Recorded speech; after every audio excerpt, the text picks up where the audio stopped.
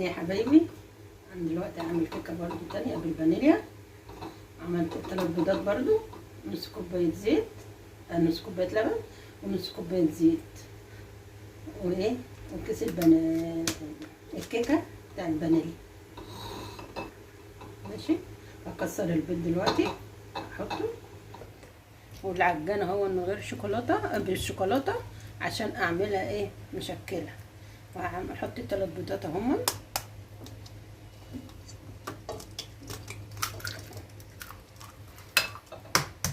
اهو 3 بيضات. هشغل العجان، شغلت العجان واضرب البيض، اضرب شويه دقايق كده، وبعدين احط بقيه المقادير.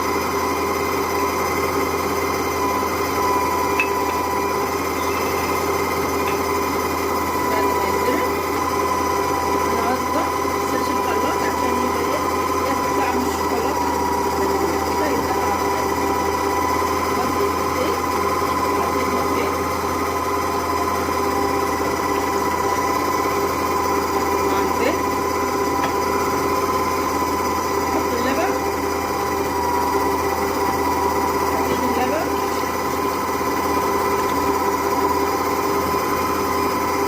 بعد ما حطيت اللبن والزيت اسيبه يتضرب شويه، يتضرب شويه زيت ولبن.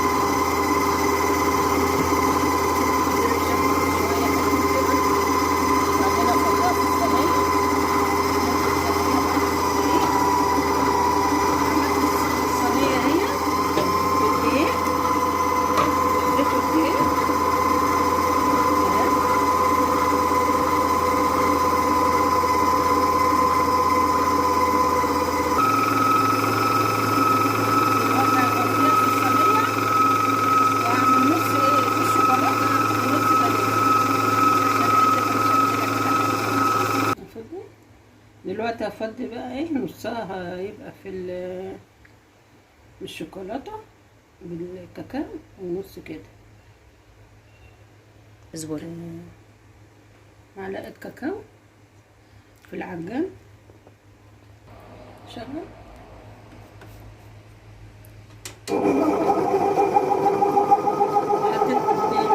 حطيت معلقه كاكاو، واضربها بس تاني كده جميله. اضربها في الخلاط شويه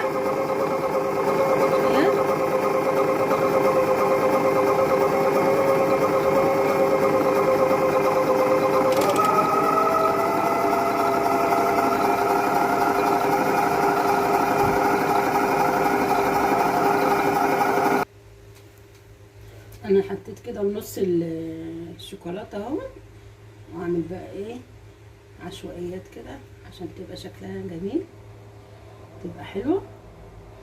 يلا تعجبكم بس، وتبقى جميله اول ما تعمليها كده نص ونص، وتبقى مشكله كده شوكولاته، وايه تبقى جميله. بصي اهي كده حلوه اهي. وبعدين هحطها بقى بالفرن وانا اشوف اوريها لكم بقى لما تطلع شكلها ايه جميل، هتبقى شكلها روعه. يا سلام. وقولوا لي بقى رايكم لما تشوفوها كده وهي طالعه من الفرن. مع السلامه.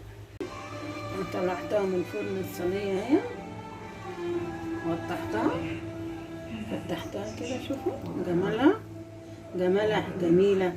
بصوا اهي، بص طلعتها من الفرن كده، سبتها اما تبرد وبعدين قطعتها، حطيت عليها برضو شويه شوكولاته من فوق كده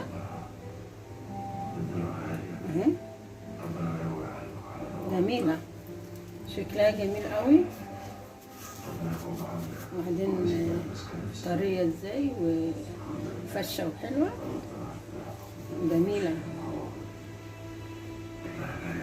ويعني قولوا لي رايكم برضه، يعني قولوا لي، كلموني وقولوا لي رايكم. مع السلامه.